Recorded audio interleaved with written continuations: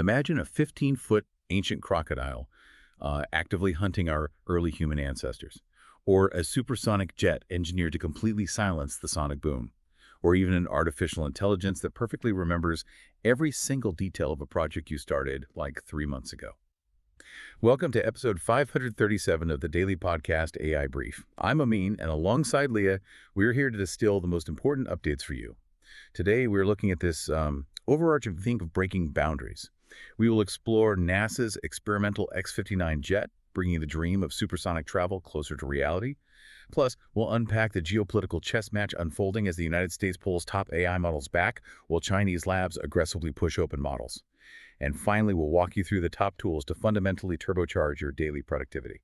And when you look at the entire landscape crossing the wire today, the pattern is just undeniable. I mean, whether it is shattering the speed of sound or reversing biological aging or breaking down closed AI ecosystems, today's developments really show how rapidly our previous limitations are just vanishing. Moving from physical boundaries to the shifting borders of the digital and geopolitical AI landscape, the timing right now is just, it's brutal for the closed model camp. Because here's the pivot currently taking place. Anthropic's Fable 5 is being entirely withdrawn from foreign access under intense U.S. pressure. Which is a massive contraction. It really is. And contrast that with what Z.ai and Minimax are doing at this exact moment. They're pushing frontier-grade, incredibly long context models into much broader circulation. Right. They are moving in the complete opposite direction. So look at the details coming out from Z.ai today. They just announced that GLM 5.2 is now available to all GLM coding plan users. And that includes every tier, so Lite, Pro, Max, and Team. They're positioning GLM 5.2 as their new flagship coding model. It brings significantly stronger performance and remarkably highly usable 1 million token context support. A 1 million token context is huge. Absolutely massive. And furthermore, Z.ai plans to launch API and chatbot access next week, completely alongside an official MIT open source release. Then you have Minimax. They just put Minimax M3 on Hugging Face. This is a native multimodal model that also boasts a 1 million context window. Minimax M3 lists roughly 428 billion total parameters, but only about 23 billion are actually activated parameters. They're targeting multimodal, coding, agentic, and conversational use cases. But those numbers sound incredibly dense. What does an activated parameter actually mean for the listener trying to grasp the scale here? Well, think of the total 428 billion parameters as an incredibly vast, comprehensive national library containing information on, well, every subject imaginable. If you walk into that library to ask a specific question about coding a website, you don't need to read every single book in the building. Oh, see. You only need the specific manuals related to programming. So the 23 billion activated parameters represent those specific books. The model is intelligent enough to activate only the precise brain power necessary for the task at hand. That makes perfect sense. You have the full library available, but you only turn the lights on in the section you actually need. Precisely. And this architectural choice dramatically saves on computing power and energy. It makes the system incredibly efficient despite its massive overall knowledge base. Okay, but what about processing a 1 million token context window? I mean, that is essentially the equivalent of handing an AI a dozen thick novels and asking it to perfectly recall a single sentence from book 4. How are they making that computationally possible without melting their servers? That brings us to the core technical advantage making the sudden availability possible, which is Minimax's sparse attention mechanism. Traditionally, standard attention mechanisms require an AI model to compare every single piece of information to every other piece of information to understand context. Which has to be incredibly compute heavy. It is extremely memory intensive. Sparse attention fundamentally alters that equation. Imagine studying for a final exam. Instead of rereading the entire textbook word for word the night before, you only read the specific passages you highlighted in yellow. Ah, got it. Sparse attention does exactly that. It radically cuts compute and memory costs by allowing the model to focus only on the most relevant highlighted connections, rather than processing every possible combination of words. This makes running massive million-token workloads financially and computationally feasible at scale. Which creates a fascinating digital vacuum. Because when one major player like Anthropic is forced to step back and close their doors, others immediately rush in to fill that void. And I want to pose a question for you, the listener, to consider as you build your own projects. Will builders actually care about national alignment, or does open availability and price always win out in the end? That is the geopolitical reality we are facing right now. Access to systems like Fable 5 can vanish instantly when models are designated as strategic assets. By releasing highly capable systems like GLM 5.2 under a permissive MIT open source license, Z.ai and Minimax are exploiting that vulnerability. They are making powerful systems accessible without restrictions. Yes. If closed U.S. models become permanently gated behind political boundaries, these open Chinese models are becoming a strategic default infrastructure weapon. They will be the default for global developers simply because they are the tools that remain reliably available. Now let's look at how that same boundary-pushing energy is playing out across everything else in AI and science today. It is not just software. No, it extends beautifully into biology, too. We are seeing a parallel breakthrough with cellular rejuvenation.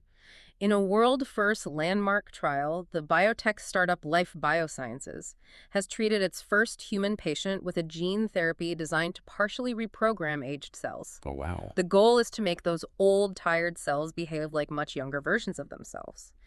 The approach focuses on activating 3 specific genes that basically nudge the cells backward in their developmental timeline toward a more youthful state. Wait, if you are reprogramming a cell and pushing it backward in its timeline, does it lose its specific function? Like, does it revert all the way back to a blank stem cell? That is the critical nuance of this specific trial.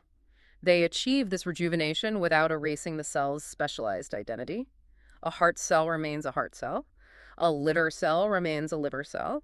It simply functions with the vitality and energy it had decades ago. That is completely fascinating. It is like restoring a classic car's engine to flawless factory condition, ensuring it runs perfectly without altering its custom paint job or the specific modifications that make it unique. That is a great way to look at it. You keep the identity, but you completely reset the performance. And if this trial proves successful, it could potentially open the door to applying this exact cellular strategy to other organs and treating a vast array of age-related diseases. Which is just incredible. Shifting from the microscopic boundaries of our cells to the physical boundaries of our atmosphere, we are seeing the resurgence of supersonic flight. It has been nearly 25 years since the iconic Concorde jet last took to the skies, but NASA's experimental X-59 aircraft just went supersonic for the first time over California's Mojave Desert. Okay, I heard about this. Yes, the jet hit Mach 1.077 at an altitude of 43,400 feet. This milestone is critical because it brings NASA closer to overturning a 1973 ban on commercial supersonic flight over land. And that 1973 ban essentially killed faster commercial air travel for generations because the noise of the sonic boom was so destructive to communities on the ground. So how does the X-59 actually solve that physics problem? How do you break the sound barrier without creating the boom? Well, it comes down to manipulating the shock waves. When a standard jet goes supersonic, the pressure waves it creates in the air merge together into a single massive shock wave that hits the ground as a jarring, window-rattling boom. Right. The X-59 is engineered with an incredibly elongated, needle-like nose and a highly specific swept-wing shape. This design physically separates those pressure waves, preventing them from coalescing. So they never merge. Precisely. Instead of a massive boom, people on the ground hear merely a quiet thump. It is similar to a car door closing down the street. If the X-59 proves quiet enough to satisfy regulators, it paves the way for a new generation of passenger jets capable of flying coast to coast in half the current time. That would completely change travel. It would. Now, looking much further back into history, scientists have uncovered a boundary in human evolution. In Ethiopia, researchers have identified a previously unknown ancient crocodile that prowled the rivers more than 3 million years ago. This creature lived directly alongside the famous early human ancestor known as Lucy. Oh, wow.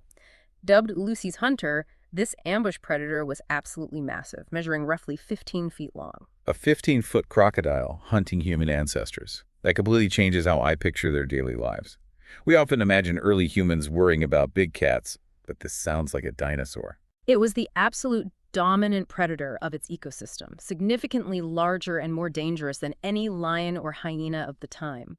Because early human ancestors had to rely on those exact same river systems for their survival, gathering water and foraging, scientists conclude that this massive crocodile almost certainly hunted Lucy's species on a regular basis. That is terrifying. It was a primary evolutionary pressure that shaped the survival instincts our ancestors developed. Finally, returning to the realm of fundamental physics, scientists are inching closer to solving the mystery of the neutrino. China's J.AI. Neutrino Observatory has just delivered its first major scientific result. They successfully measured key properties of neutrinos with 1.6 times greater precision than all previous experiments combined. Neutrinos are those elusive ghost particles, correct? Trillions of them pass through the Earth and through our bodies every single second without leaving a trace.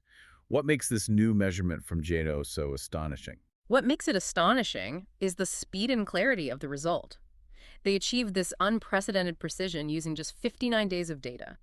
The ultimate goal of the J.AI. Observatory is to determine the true mass hierarchy of neutrinos. I have to ask, what does mass hierarchy actually mean for someone who does not have a degree in particle physics? Put simply, there are three different types or flavors of neutrinos. Determining the mass hierarchy simply means figuring out which of these three ghost particles is the heaviest and which is the lightest. That sounds like a small detail. It does, but knowing that exact order remains one of the biggest unsolved mysteries in physics. It holds the key to understanding why matter exists at all, and it helps explain the fundamental structure of the entire universe. Hearing those timelines juxtaposed is genuinely amazing.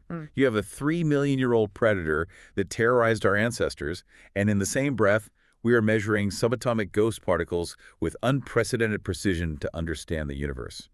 Transitioning from these massive scientific breakthroughs to immediate, practical breakthroughs that you can apply to your own daily workflow, let's look at today's trending AI tools. There are some really great ones today. I have a rapid list of 6 tools here to run through, and they are super practical.